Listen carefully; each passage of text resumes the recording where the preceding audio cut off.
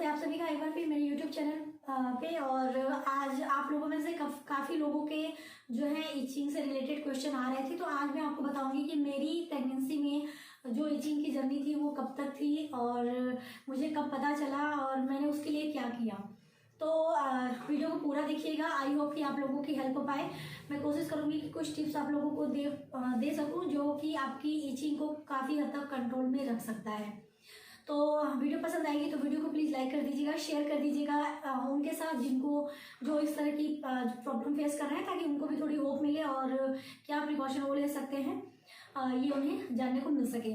तो वीडियो को शेयर करने के साथ साथ चैनल पे नए हैं तो आपसे रिक्वेस्ट करूँगी कि प्लीज़ चैनल को सब्सक्राइब जरूर कर दें, क्योंकि जितने भी सब्सक्राइबर हैं उसमें केवल 1% सब्सक्राइबर ऐसे हैं जो कि मेरे चैनल के सब्सक्राइबर थे, उनके व्यूज़ हैं। बाकी जितने भी व्यूज़ हैं वो नॉन सब्सक्राइबर्स के हैं।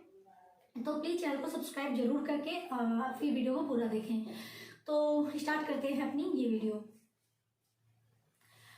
तो बात करती हूँ मैं सबसे पहले कि मुझे कब इचिंग की प्रॉब्लम हुई थी और किस तरह की इचिंग थी, इंटेंस थी या नॉर्मल थी। तो मेरी प्रेगनेंसी में मुझे 4th मंथ में हल्की फुल्की इचिंग की प्रॉब्लम, मतलब हल्की फुल्की नाम मात्र की इचिंग हुई थी। और वो जो इचिंग थी वो थोड़ी सी रैशेस टाइप में थी, मतलब इचिंग करने पे थोड़ी रेड हो जाती थी स्किन वहाँ की।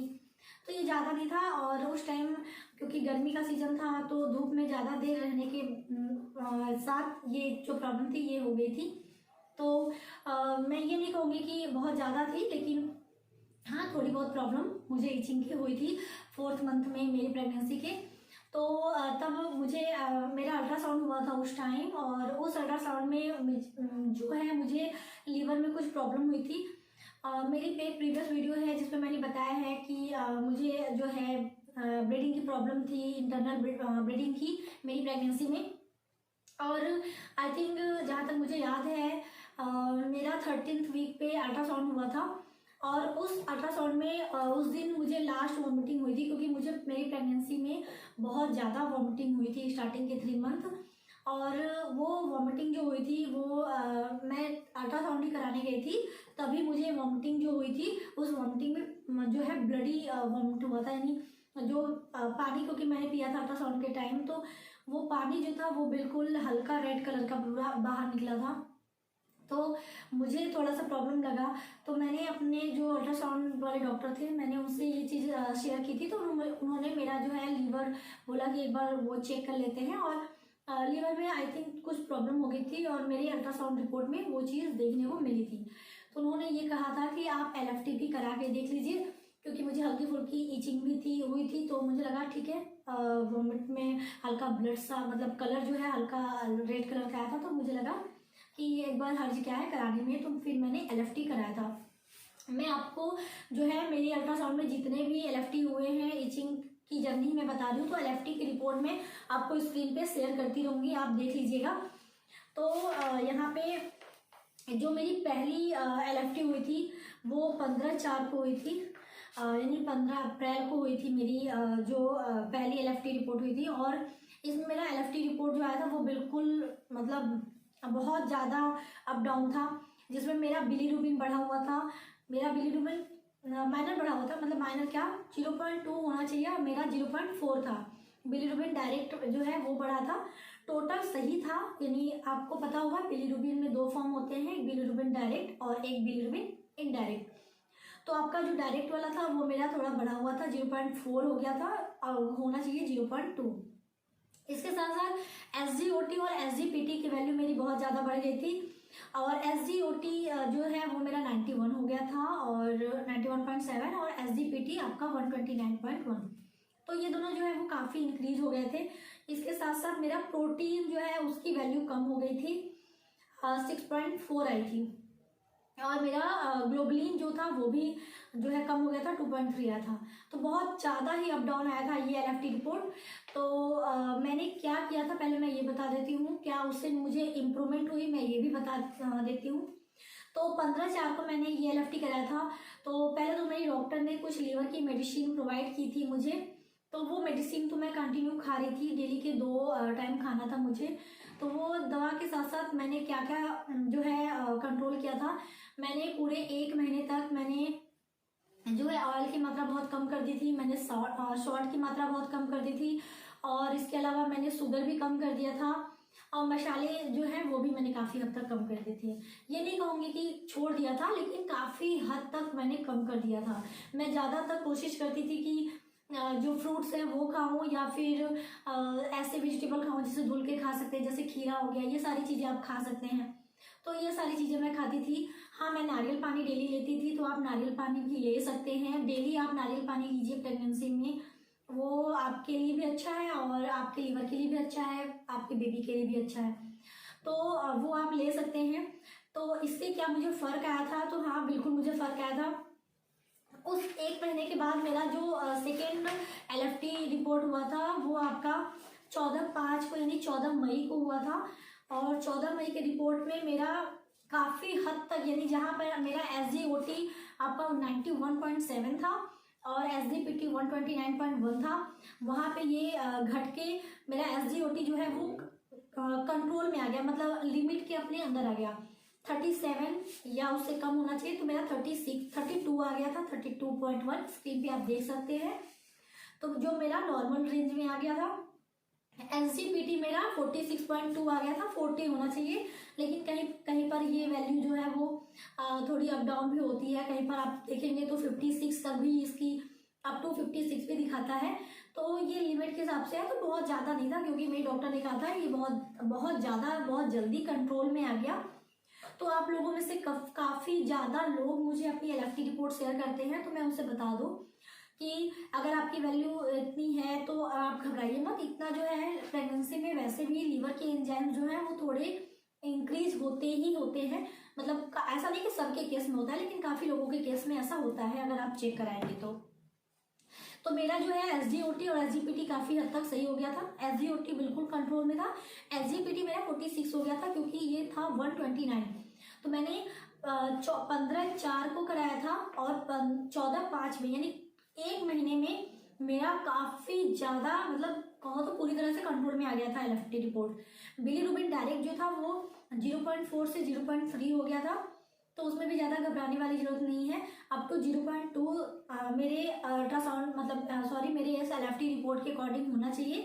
लेकिन कहीं कहीं पर अगर आप देखेंगे तो बिलीरुबिन की जो वैल्यू नॉर्मल वैल्यू देती है वो अप टू 0.3 भी देता है, तो वो आपके लैब टू लैब डिफरेंस आपको देखने को मिल सकता है। लेकिन मेरा ये कंट्रोल में आ गया था, और मेरा चेंज था आपका देखेंगे तो प्रोटीन टोटल में जो कि 6.4 था, तो मेरा बिल्कुल सही हो गया, 7.5 हो गया था। और जो है ग्लोबुलिन जो था वो मेरा 2.3 था, तो 3.2 हो गया था। यानी मेरी LFT रिपोर्ट बिल्कुल नॉर्मल हो गई थी, बिल्कुल।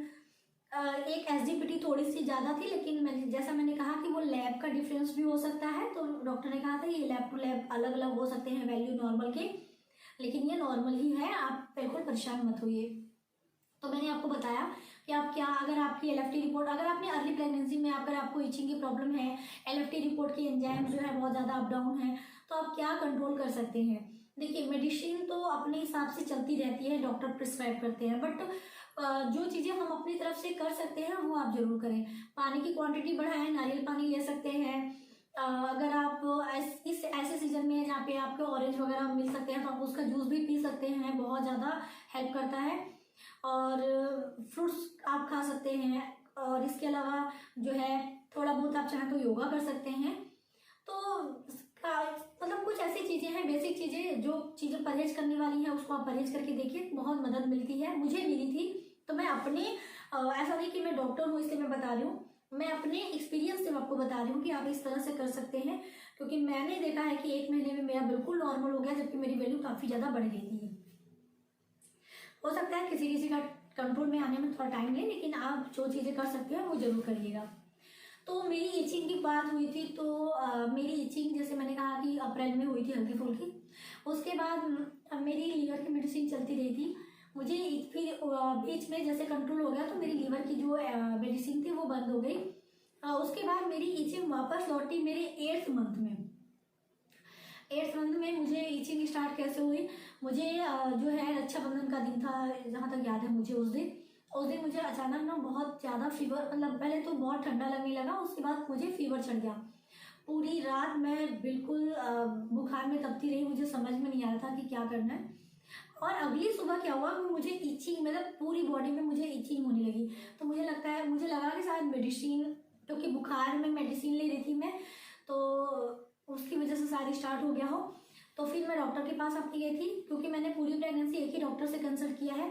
तो मैं उनके पास गई थी, वो मेरे पास में ही हॉस्पिटल 5 मिनट का रास्ता है। तो वहाँ मैं गई थी, फिर मैंने उनसे बताया कि मुझे इचिंग की प्रॉब्लम है। तो उन्होंने फिर मुझे LFT कराने की जो है सजेशन दी। फिर मैंने LFT कराया था और मैं आपको वो रिपोर्ट दिखाती हूँ।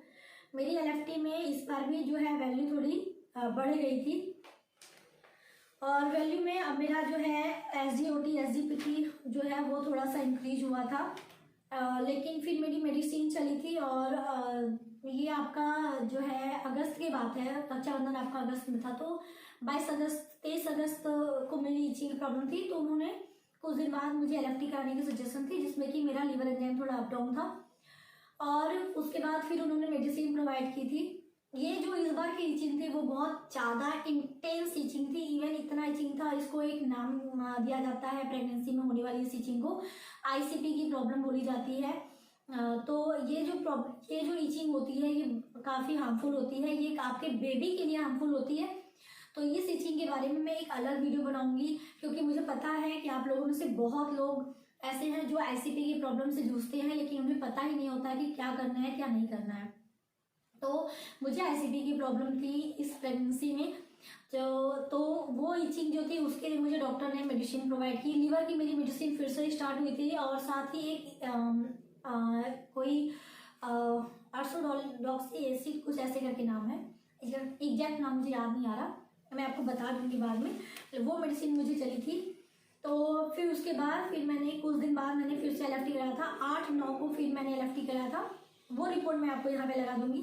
तो फिर उसमें मेरा जो है SGOT SGPT फिर से बिल्कुल कंट्रोल में आ गया। मेरा SGOT 36 हो गया और SGPT 31 हो गया। और लेकिन मेरा बिलीरुबिन डायरेक्ट जो है वो फिर से 0.4 हो गया था, और मेरी एल्बुमिन जो है वो 3.4 हो गई थी, जो कि 3.5 से 5.0 तक होनी चाहिए। तो ये भी मैं बता दूं कि मेरी ये क्यों थोड़ी सी कम हो गई थी, क्योंकि मुझे बुखार चढ़ा था, तब से मुझे खाने का बिल्कुल भी मन नहीं कर रहा था। मैं बिल्कुल खाना नहीं खा रही थी, तप रही थी मैं बिल्कुल। और जो मैंने कहा कि मुझे ये जो इचिंग थी इस बार वाली वो बहुत इंटेंस थी, और इसके लिए मैंने बहुत ज़्यादा सर्च किया था। जैसे मैंने कहा कि इसकी एक अलग वीडियो बनाऊंगी कि मैंने ICP के प्रॉब्लम को किस तरह से फेस किया है, क्या जर्नी रही है पूरी, वो मैं आपको अलग वीडियो में बताऊंगी। लेकिन यहाँ पे जो है उस टाइम मैंने बिल्कुल खाना पीना जो है बिल्कुल छोड़ दिया था।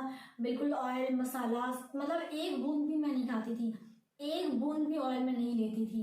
मेरा क्या डाइट था मैं ज़रूर आपको बताऊंगी, लेकिन फिलहाल के लिए तो ये जो रिपोर्ट आई थी 15 दिन के गैप पे मैंने ये कुछ भी नहीं खाया था। मतलब खाना बहुत ही ज़्यादा नॉर्मल हो गया था, बिल्कुल सादा खाना खा रही थी मैं।